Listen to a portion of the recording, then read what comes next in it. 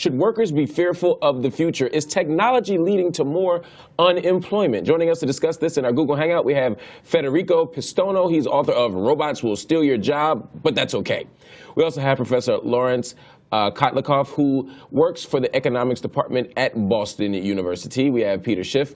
He is the CEO of Euro Pacific Capital. And we have Roy Cohen, career coach and author of the Wall Street Professionals Survival Guide. And on the phone, we have Christine Lindner.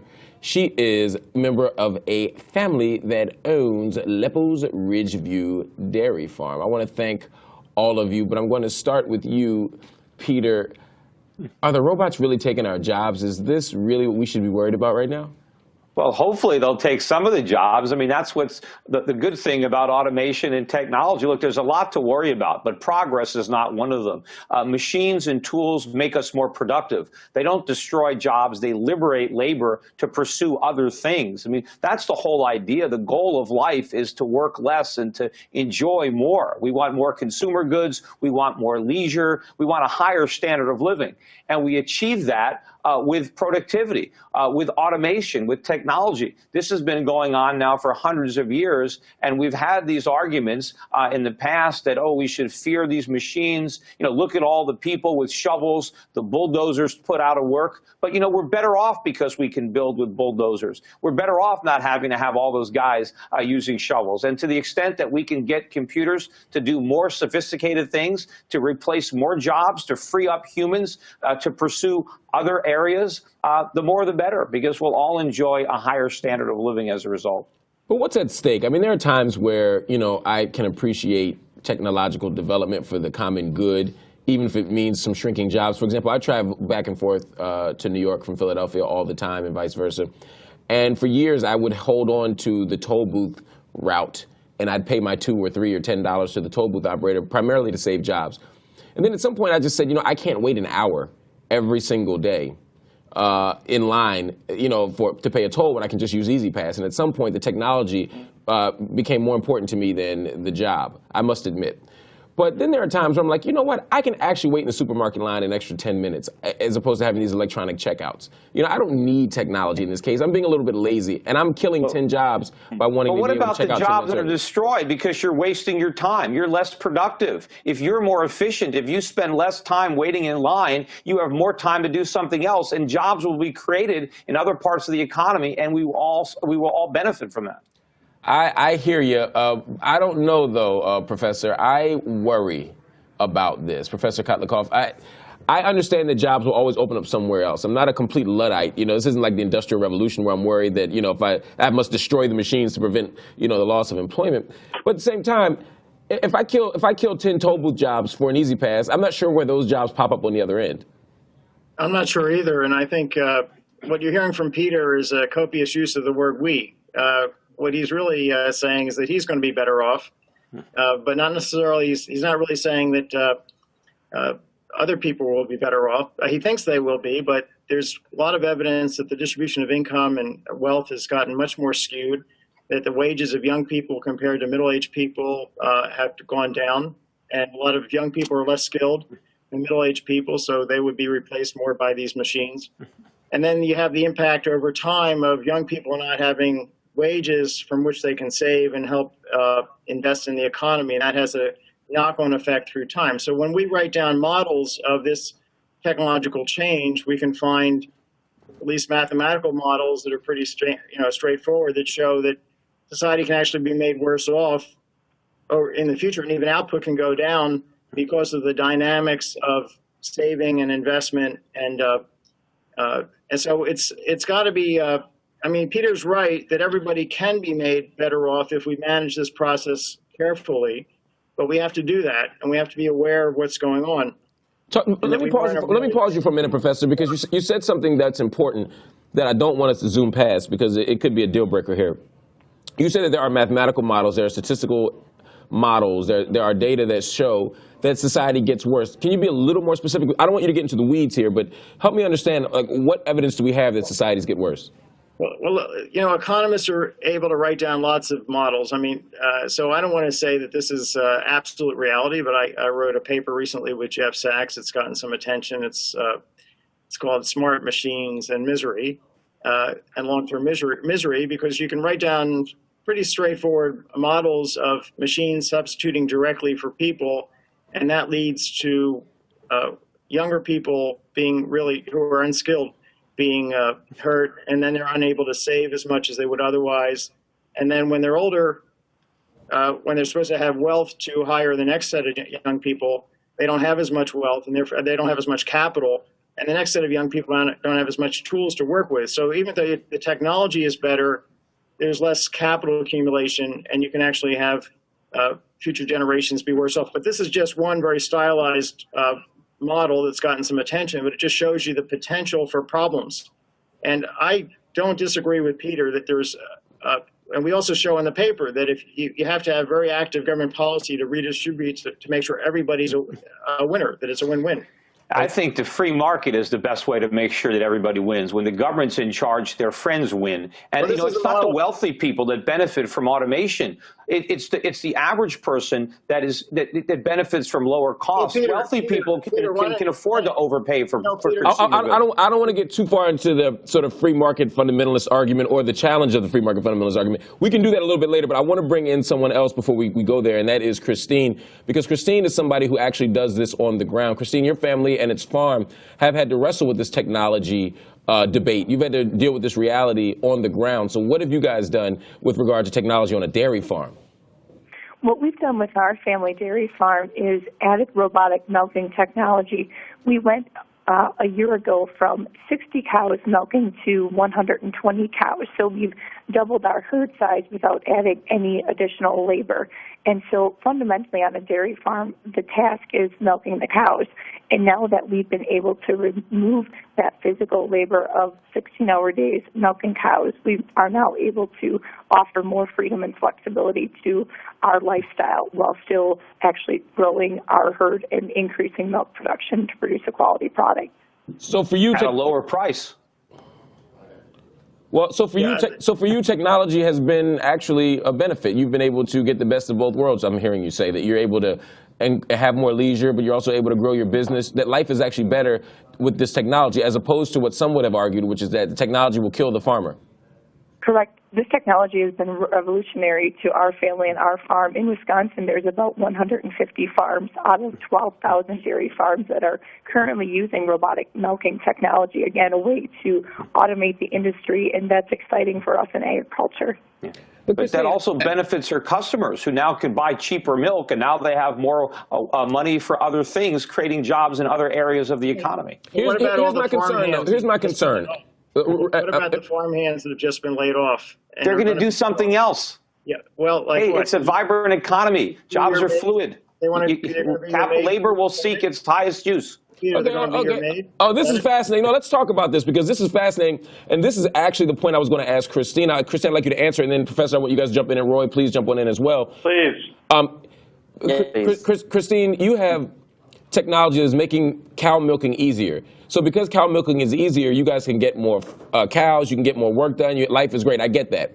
But what happens when the technology gets so good that you guys aren't needed anymore, that people don't need farmers anymore, that the technology gets so awesome that people sort of bypass you guys, and suddenly cows are getting milked and milk is getting sold, and suddenly your family's work is no longer necessary? People will be needed regardless. Certainly we build it and we don't walk away from the operation. That's essential. But what it's done is fundamentally that physical task of milking cows is now removed, and it offers us more flexibility and freedom to go to a wedding or a family event where in the past we've never been able to get away for that. And that's something that is a challenge for agriculture and farms and family operations. So this technology offers us tremendous flexibility and freedom. But you have no worry taking care of our cows. Mark, may I jump in? It's Roy Cohen. Yeah, please, Roy, please jump in. And I approach this from the point of view of a career coach, because I see this on a daily basis with many of my clients, and I work with a lot of clients on Wall Street. Technology and changes as a result of technology are inevitable. That's how our economy has evolved over generations and hundreds of years. And we can't fight it. We have to accept it and embrace it. What we need to do is make every effort to stay ahead of the curve. And when you don't stay ahead of the curve, you fall behind. Is it our responsibility as employers, as governments, to protect people because they haven't done everything they need to do to stay current? And change is inevitable. Yeah, and Roy, change is inevitable, and that means that some things become obsolete. I understand. Well, Mark, let me give you an example. 150 years ago, how did we get around by horse and buggy? Nowadays, there's talk about driverless vehicles. So the fact is that we still need transportation. The way we move is changing. So we can't fight change. What we have to do is figure out how to respond to that change so that we can remain viable, so that we can remain employable in an economy, in a market that's changing. So what does it, because I push back against Christine's idea that they'll always be needed. If technology keeps growing, it's possible that there will be a technology that could actually take care of the cows and herd the cows as well, without human involvement. So just take this to its logical extreme here. If that were the case, what does the farmer do to not become obsolete? Well, other than I guess what I'm saying is at some point, it could be possible that this awesome technology that's helping them milk their cows will become so awesome that their job is no longer needed. And so, yes, I see how on the top end, you can morph in the guy who was once an awesome data entry person can do something else, or someone who was a great computer programmer can sort of morph with the technology. Now they're doing HTML when before they were doing, DOS and basic programming. I get that. I could see how, the job of someone who was working at high-end mail delivery shifts with the internet, and now they're doing online delivery services. I get how high-end stuff can morph easily because typically people with wealth and means have the resources to get professional development, to grow, to change. But what happens to the real challenge, Mark, is not at the top or the bottom. It's at the middle, and those are the folks who are most challenged by change. Yeah. How so? Because they've embraced a lifestyle, they have mortgages, they have kids in school, they have expenses that force them to earn a certain level of income, and that creates tremendous stress and fear for those individuals. Federico, help me understand here. You say the robots are taking our jobs. Is that good or bad? Yes. Well, it's a double sword, and many of the things that my colleagues have said are correct. But I think there are two fundamental problems. One is, as Peter said, I'm sorry, Federico. We're having a technical problem right now with your audio. I'm going to have my producer link up with you so we can get audio. I just want to point out that 30 years ago, we would just use a telephone and an operator would answer and we'd connect and we wouldn't have this technical problem. But this extraordinary technology is compromising our conversation right now. I'm going to go back to you, though, Professor, as we fix Federico's stuff. Talk to me about this point, though, because I'm not sure I've gotten an answer yet. Isn't it possible that technology can become so extraordinarily efficient and effective that it places people out of the job market? And for people who have low-skilled labor, I don't get what else they can do. If suddenly there's a technology that sweeps floors and does janitorial duties, it's not like the janitor's going to say, oh, well, I'll just become a lawyer. Yeah, absolutely. The use of the word "we" here, we just have to do this, we just have to do this, this is going to be great for all of us. That's just really silly because I was driven I'm actually in London. I was driven to Oxford by a guy who lost his welding job to a machine, and now we're learning he's about to lose his driving job to a machine when the Google driverless cars come along. And this guy's entire life will be damaged by this, and no government is going to redistribute it and make it perfect for him or redo it. So he may be able to go work for Peter as a menial servant or something, but his life is going to a series of calamities due to this technology. Now, I'm not saying I'm not a Luddite that we should get rid of this stuff. We can't do that. That's not going to happen. But we have to start actively thinking at the government level about redistributing in a way that actually protects people and make sure that everybody shares in this technological. Go back and look at the American experience in the 19th century. Hold on one second, Peter. Let me jump back in here. Go ahead, Roy. Most governments, the Department of Labor, by state, offer training programs that individuals can participate in. So if you are ambitious and motivated, you can learn new skills so that you can so that you can transition into a job, into a career that may be more secure. So it's up to the individual to assume some responsibility. That's like gardening for Peter. Is that the new career? That's like what? I'm sorry, I didn't hear what you said. Gardening for Peter, the welder, who's now the driver, who's now going to be the gardener. He's going to go. Well, why not? What's wrong with that? It's an honorable profession. Let me give you the example of America in the 19th century. We had the Industrial Revolution. We had no government policy. Government was tiny. We had capitalism and automation, and we created the middle class. People from all around the world were coming to America because of our automation and our industry and our innovation. We weren't destroying jobs. We were creating wealth and creating productivity. And you have to remember that a job is not an ends. It's a means to an ends. What people want are consumer goods. They want to be able to consume more things, and they have to work to do it. But to the extent that we can consume more and work less, look, if I can have a robot replace me so that I didn't have to be here right now, I didn't have to run my companies or do my job, I can let my robot do it for me, and I can spend all my time, sailing my boat or spending time with my family. Hey, that'd be better. I'd be better off. Peter, let's start you out with no boat, no money, and you have no job except you can be my gardener. How are you going to feel about that your whole life? Well, why would I want to be your gardener my whole life? Why can't I strive for something better than that? That's an interesting point that Peter brings up, and a comment comes in from Fluke, who basically asks a similar question. He says, do people want to stay secretaries and switchboard operators, or they want to become innovators, creators, thinkers, and centerpieces instead of the slave? Hey, smartphones put most secretaries out of work. You don't even need a secretary anymore. You got a smartphone and a laptop computer. No, but the point, Peter, I think, is that the question presumes, and even your comment presumes, that people who are at these low-end jobs are so because of a lack of ambition and desire.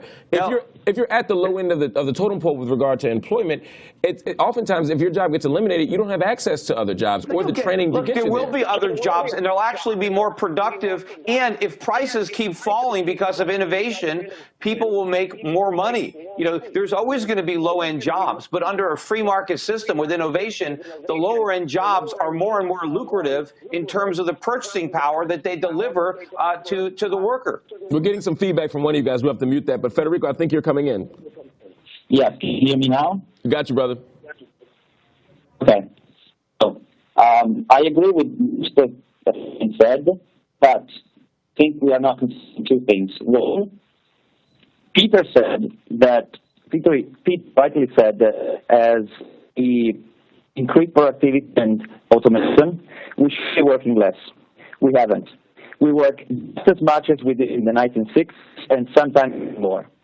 And that's because we have lost perspective. We don't know why we are working. And many of the jobs that we do, government. We have to pay all these taxes. Many of the jobs that we do not produce any value in society, but they're just there for the sake of consumption and keep continuing the cycle of labor for income survival. Yeah. I know there are a lot of people that don't work at all now. I know that really fast, Peter. Hold on, Peter. Peter, give me a second. Peter, hold on. Just for the sake, I know we're having some audio problems, but we're really committed to having Federico being heard. I wanted to make sure that everyone who couldn't hear understood his point. He was saying that the argument is that somehow automation is going to reduce our workload, make us more able to engage in leisure. But he says since the 1960s, we've actually had more work, we've done more labor, and that it's actually done the opposite of what it purports to do. And he also said that that suggests that somehow this is more about conspicuous consumption and expanding capitalism than it is about actually making our lives easier,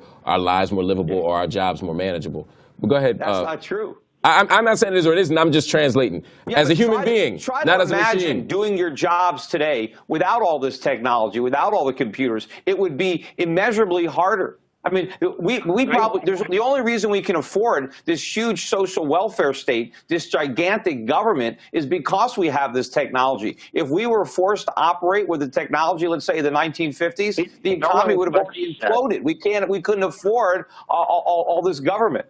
Peter, nobody is questioning that. What I'm saying is, you've said it yourself. Since we've increased productivity, we should have more leisure time. We don't.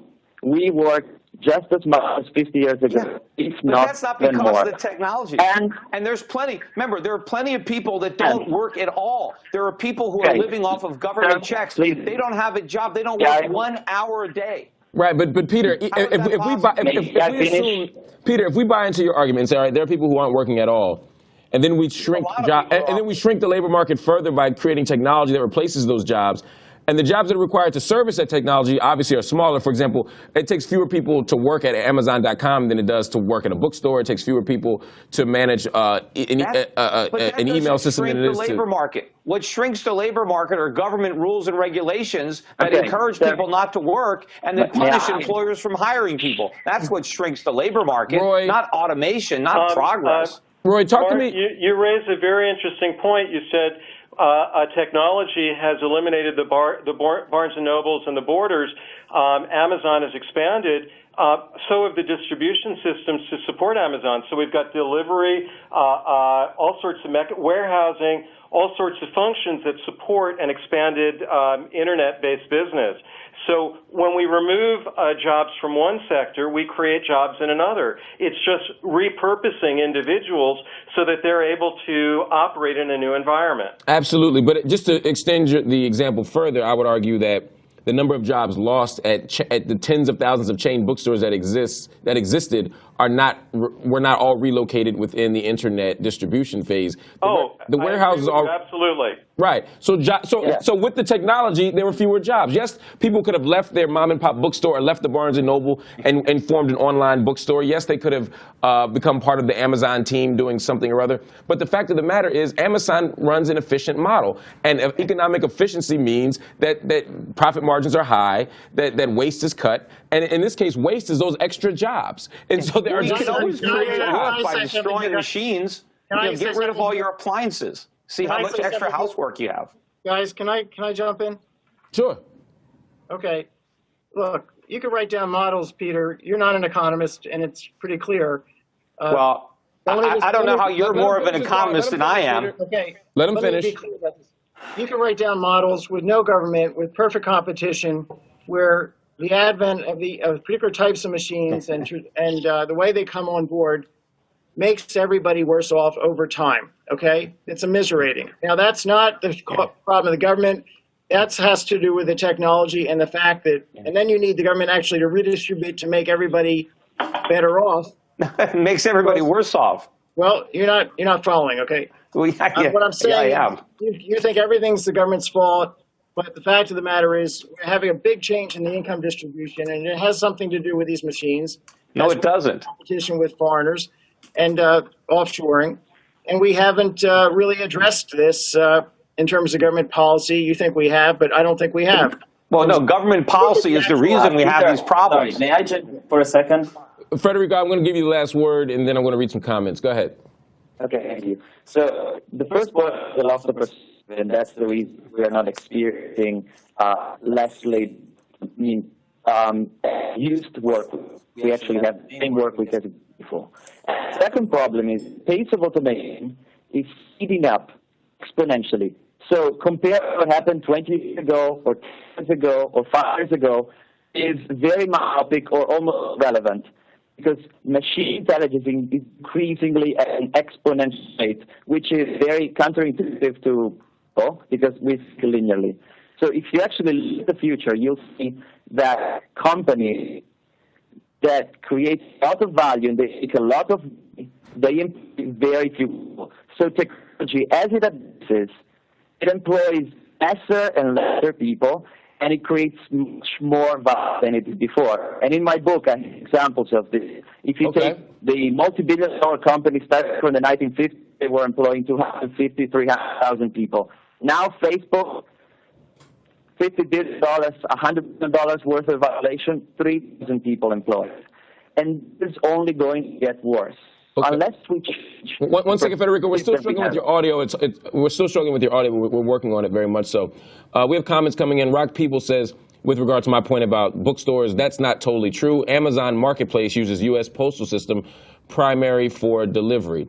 Yes, Rock Peoples, that is true. the post office is strengthened by Amazon or the marketplace, but the broader technology of the internet has essentially killed the U.S. Postal Service. Because why? People send emails instead of letters. So at the end of the day, the broader artifice of technology called the internet and the web and digital media have all killed the job known as the post office. Now, don't get me wrong. I'm not suggesting that we should all resist this and write handwritten letters with quill pens to one another as opposed to sending an email. I get the benefit of technology, but there are times where the efficiency and the benefit that we get from it do not outweigh or outstrip the downfall on the labor side. And that's all I'm saying. There are no such times. That's a fantasy. There are these times. No, there aren't. Well, that was there are problems. I love the analytical richness. I have an economic professor like, no, it's not. Yes, it is. No, it's not. Yes, it is. Hold on. I have some more comments coming in, guys. You look at low wages and unemployment, and you assume it's because of technology. It's got nothing to do with technology. When we had the Industrial Revolution, we didn't have any unemployment. You can say whatever you want, but it doesn't make it true. Okay, you can just make these statements. I speak the truth. That's what I've always done. But surely, Peter, I mean, Peter, you can talk about your economic models all you want. These are the same models that said there was no housing bubble, that caused people to pay par for subprime mortgages. I was out there criticizing these models in real time. Actually, Peter, academic economists failed to do. I would hold on, Peter. The 2008 financial crisis. Peter, I would push back on that. I would actually argue that politicians didn't follow economic models sufficiently, and that's why we ended up in these economic down cycles. But there's some comments coming in that I want to read. We have Split Black coming in. Hold on one second. Split Black says, Peter is right. That's right. Tech is better no matter what. Sure, there will be pitfalls, but everything is now in the transition phase, and we will have to adapt. We have another one coming in from Professor JT who says, we all want technology to make our jobs easier. We really can't be mad if that technology becomes our job. But still, we'd rather have a person helping with our situations and not a robot like talking to a bank or business like Amazon online. That raises another question here, gentlemen, and that is not just the economic piece of this, but the cultural piece of this. You know, I've written a lot about books and bookstores in particular. And look, I order Amazon every chance I get. I am guilty. I help destroy Borders. I buy about 100 books a month, and between 50 and 100 books a month, and I order them mostly from Amazon. But I think there's something cultural about sitting in a bookstore. There's something cultural about people coming together in a common place and discussing ideas or sipping a cup of coffee as they read a news. I mean, it seems to me that the part of what we generate politically, culturally, socially comes in certain spaces, and technology can kill that part of us, which, to your logic, Peter, could ultimately kill creativity and innovation. But Mark, don't you feel that that's been replaced by environments like Starbucks and other community-based experiences? No, I don't, actually. I mean, I think that there are dimensions of Starbucks that do that, but because of the Starbucksification of places like New York, where you can't go 7 square feet without a Starbucks, we're also, because everybody wants to be efficient and fast, it's not a place of community gathering and thinking anymore. Certainly not the way a bookstore is. There are still plenty of bookstores out there. They haven't all gone out of business. I've been in them. My books are there. People are there reading, sitting on couches, drinking coffee. If you want that experience, it's still available. If there's demand They're shrinking for rapidly, it, the free market will provide it. That's what capitalism does. It satisfies demands of consumers. That's businessmen are looking to make a profit, and they're going to give the consumer what they want. If nobody wants that experience, then it won't be there. But as long as people desire it, entrepreneurs will figure out a way of providing it. So just imagine this. How long does it take to adjust to a instance? Google is a $1 trillion business. Dozens of millions of people, dozens of millions of people work in the automobile industry. That could be automated from creation of the automobile to the transportation to the driving itself. Now tell me, a 50-year-old truck driver, how likely is he to become a computer software engineer or a biotechnology expert or a nanotechnology engineer in the 5 to 10 years in which his whole business will be automated entirely? Now tell me, how is that 50-year-old truck driver going to adjust? That's a great question, and we're going to continue to wrestle with this. It seems to me that the condition of the truck driver Some of us are saying the truck driver will find another job. Maybe he'll become a brain surgeon. Others are saying that maybe there is no job coming up. He probably won't become a brain surgeon, but there will be other jobs for him to do. The production line created jobs. It didn't destroy them. Henry Ford invented that. Come on, Peter. You can't honestly compare an industrial revolution where things like motors and engines and cars were produced to what happens at a checkout line at the local fresh grocer where suddenly 10 checkout cashiers are being replaced by an automated machine. Yeah, the level of technological advance is not... Lines. You may want to wait in a long line for a toll booth. I just assume zip on through with the easy pass. No, I hear you, Peter. Look, Peter, I hear you on that, but what I'm saying is that your examples. Put tolls on every road. That way we can create lots of jobs. No, that's not what I'm saying either. I mean, you take it. Here's my point, Peter, and I know we got to run, but what I'm saying is that no one here is against technology. Look, I'm on HuffPost Live. Clearly, I like technology. The point is that certain forms of technology are necessary for a societal advancement. And so when you point to the Industrial Revolution, these are moments where major shifts happen technologically that allowed us to exist in the modern world. Yes, that is not the, hold on, Peter. That is not the same as somebody being able to get a bottle of Maalox and check out on their glazed ham 10 seconds earlier. That to me is not the same level of economic or technological necessity. That's the point. Principle applies.